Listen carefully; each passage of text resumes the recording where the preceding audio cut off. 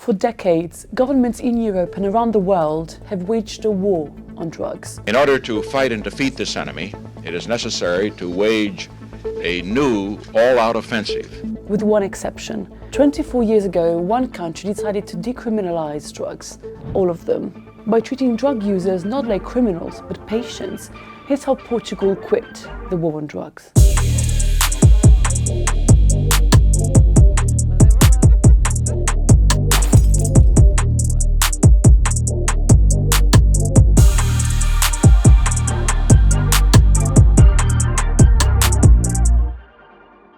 Normally in the streets we take out these kits. This is an injection kit. After the change of law, there's a lot of helping happening in the streets, like outreach teams, and you can feel it's more secure because you're not a criminal anymore. So I can get help without get beaten. It's very safe now. Sometimes this kind of job, the people, the community don't understand, because it looks like we are promoting the use of drugs. The Portuguese law of 2001 rests on the idea that eradicating all drugs is an impossible goal.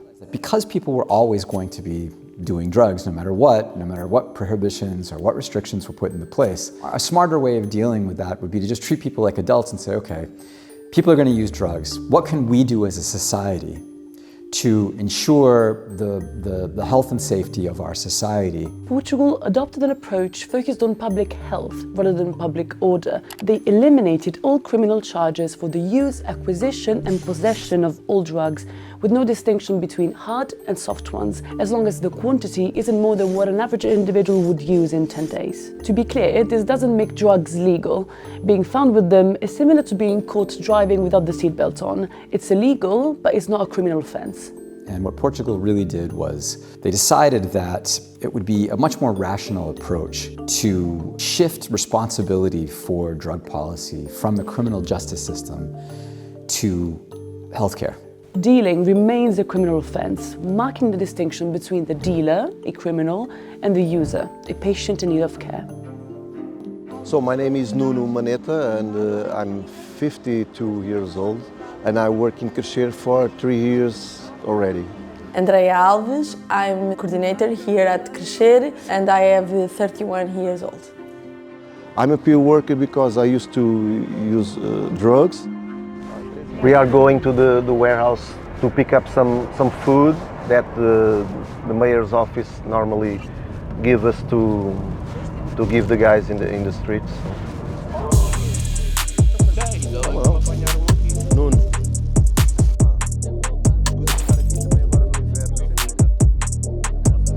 E em termos de cabecinha, não ficas tão sozinho aqui na rua. Eu sei que eles são bons camaradas. One of those guys was saying, I'm in a good spot. I'm doing the life I always dream. I said that in my times. There was some years I used to say that when somebody tried to help me. I was fooling myself, but it was because I didn't realize that there's more in life, there's more good opportunities than the ones I ever knew. When the opportunity came and I started dreaming, everything changed. In order to support people going through active addiction, Portugal created dissuasion committees, panels seeking to dissuade people from using drugs rather than punishing them. And the interesting thing about Portugal is that all of these services are voluntary. No one is forced to do anything. Dissuasion committees are panels made of a psychologist, a social worker and a lawyer, having to assess the level of addiction and risk. They can then offer a course of therapeutic treatment, they can impose fines or sanctions, and can refer the person to health structures. People are not guilty for using a substance. I choose when I use alcohol or when I use tobacco or when I use coffee. People can choose when they use cocaine, heroin, everything, but with support and with information for people make the best choices in their lives. Toma. Mais? Dou-te os que quiseres. Queres marcar para amanhã? Quero. Ok, então amanhã à tarde aqui? Sim, senhora. Pronto, está combinado. Amanhã à tarde aqui, ok? Tá bem. Então vá. Tchau, tchau, adeus. I experienced a time that the point of view was different. I get beaten for the police in the 90s. The police stole my drugs and throw it in the floor. And I get hungry in those times. I get afraid of those guys. To grasp how Portugal even managed to pass a law like this, we have to understand the depth of the crisis it was going through. Back in the 1960s, while most European democracies were undergoing cultural and social change, Portugal was kept isolated under the Salazar dictatorship. His rule, which lasted almost 4 decades, made Portugal one of Europe's longest authoritarian regimes. While Salazar was replaced in 1968, his regime, the Estado Novo, was only overthrown in 1974 with the Carnation Revolution. This coincided with the start of a severe economic depression. As Portugal was grappling with its newfound freedoms, in the early 80s, heroin started flooding the European continent and found Portugal unprepared. By the 1990s, an estimated 1% of the population was addicted to heroin, contributing to one of the worst HIV epidemics in the European continent. Something had to be done.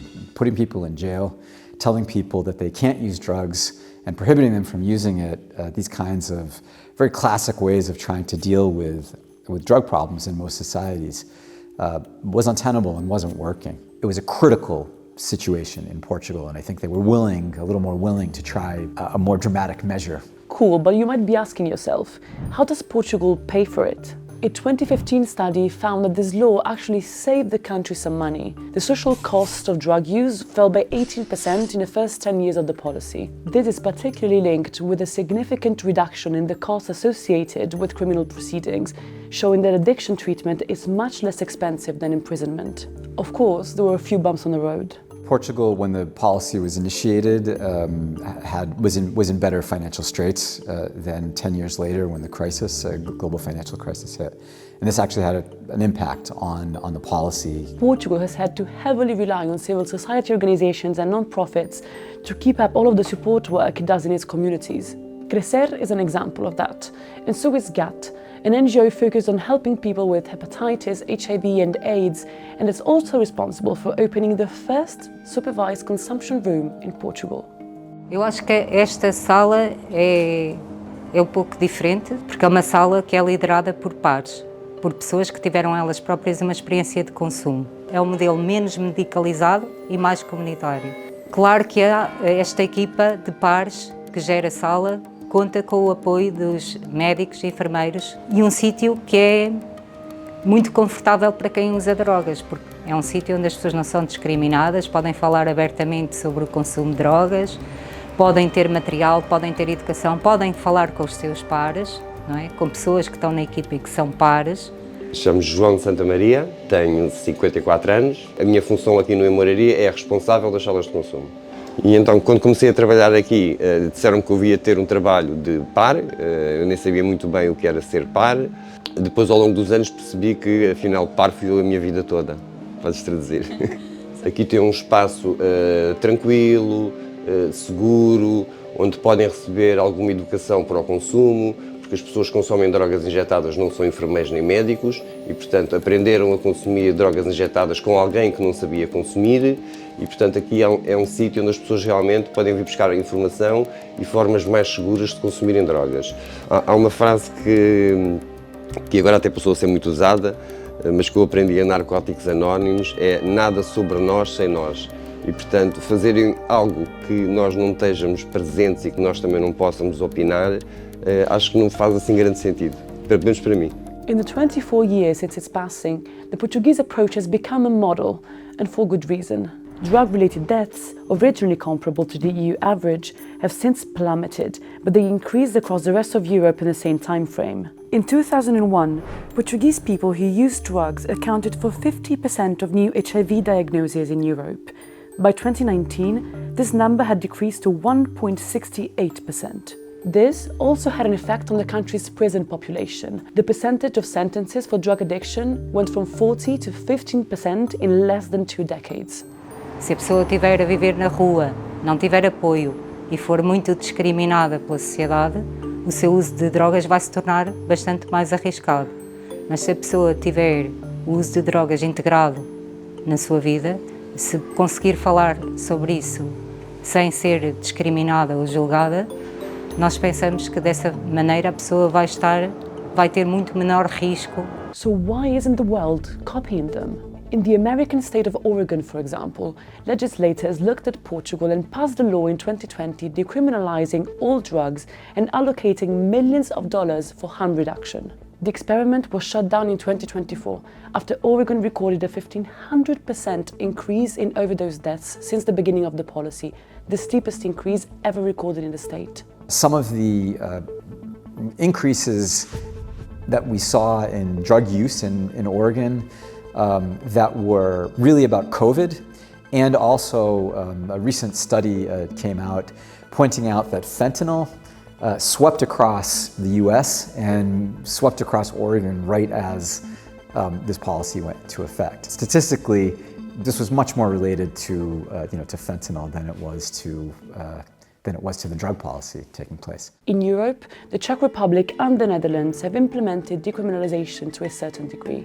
But to this day, Portugal remains the only country in the world to have decriminalized all drugs. I think that the reason that maybe more countries have not adopted whole-scale changes the way that Portugal has is a political decision. There's a difference between a solution to a problem that has political success versus a solution to a problem that has demonstrable positive healthcare outcomes. Sem dúvida que a criminalização não ajuda ninguém. Não ajuda as pessoas que consomem e eu acho que também não ajuda a sociedade como um todo.